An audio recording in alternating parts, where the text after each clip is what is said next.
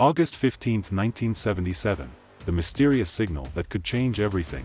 It was just another ordinary evening at Ohio Wesleyan University. But that night, something extraordinary was about to unfold, something that would leave the scientific world scratching its head for decades. At precisely 10:01 p.m., the university's Big Ear radio telescope, its massive 30-meter reflector scanning the sky, picked up a radio signal so powerful, so unusual. It would soon become one of the greatest mysteries in the search for extraterrestrial life. The signal was captured, processed by an IBM 1130 computer, and printed out in the control room. But that night, everything was quiet, almost too quiet. The printout was tossed into a pile of routine data, and no one had any idea that this unassuming piece of paper contained a signal that might just be from out there, from another world, or even another civilization, far beyond our own. It would soon become one of the greatest mysteries in the search for extraterrestrial life. The signal was captured, processed by an IBM 1130 computer, and printed out in the control room. But that night, everything was quiet, almost too quiet. The printout was tossed into a pile of routine data, and no one had any idea that this unassuming piece of paper contained a signal that might just be from out there, from another world, or even another civilization, far beyond our own. It wasn't until days later that technician Jerry Emmon stumbled upon the signal while sorting through the printouts. What caught his eye was a strange, powerful set of characters. He quickly highlighted it with a red pen and scribbled, "Wow," next to it. And just like that, the wow signal was born. But why has this one signal, lasting just 72 seconds, captivated the minds of scientists and UFO enthusiasts for over 40 years? Was it an alien message, or something much simpler? Let's rewind a bit. Searching for extraterrestrial life wasn't a new idea by 1977. In fact, the concept of using radio signals to contact aliens had been proposed years earlier.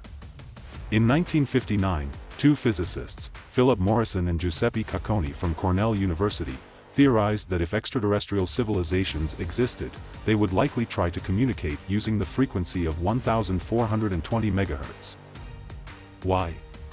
Because this frequency is naturally emitted by hydrogen, the most abundant element in the universe.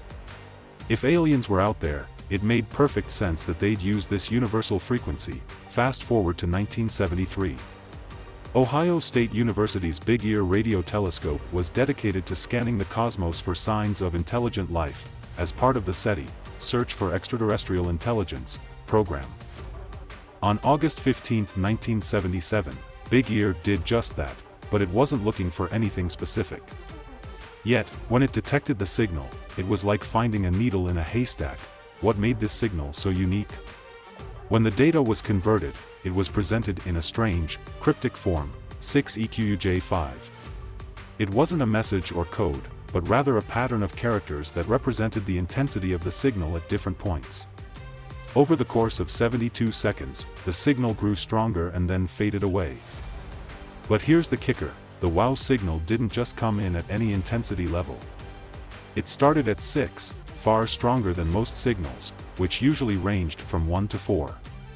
Then, it climbed even higher, reaching a stunning peak of 30, represented by the letter Y in the sequence. The signal didn't follow a random pattern, it showed a deliberate, almost designed structure.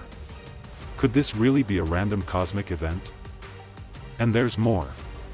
The signal was only detected at the exact 1420 MHz frequency, the same frequency that hydrogen naturally emits. This made scientists wonder, could it be from an alien civilization trying to reach out? Why would a random cosmic event happen at that frequency? And if it was a random event, why didn't it repeat? Theories began to fly. Could it have been an interstellar twinkle, a brief fluctuation caused by stars? No, that didn't hold up. When the much more sensitive Very Large Array telescope was pointed at the area, it couldn't detect anything. What about space debris, reflecting a signal back to Earth? Again, that didn't fit, because the strength of the signal would have diminished long before it reached the telescope. Despite efforts to capture the signal again, it has never been heard again. Researchers, including Jerry Emmon, have scoured the skies with various radio telescopes, but the wow signal remains a ghost, never to be repeated. Some have suggested it could be related to hydrogen clouds in space, but that theory, too, remains unproven. Over 47 years have passed, and the WOW signal is still one of the most perplexing mysteries in science. Was it a fleeting message from an alien civilization? A random cosmic anomaly that we simply don't understand yet? Or perhaps something else entirely? What do you think? Could this mysterious signal have come from another world? Or is it just a cosmic fluke that we'll never be able to fully explain? Drop your thoughts in the comments below and let's continue the conversation.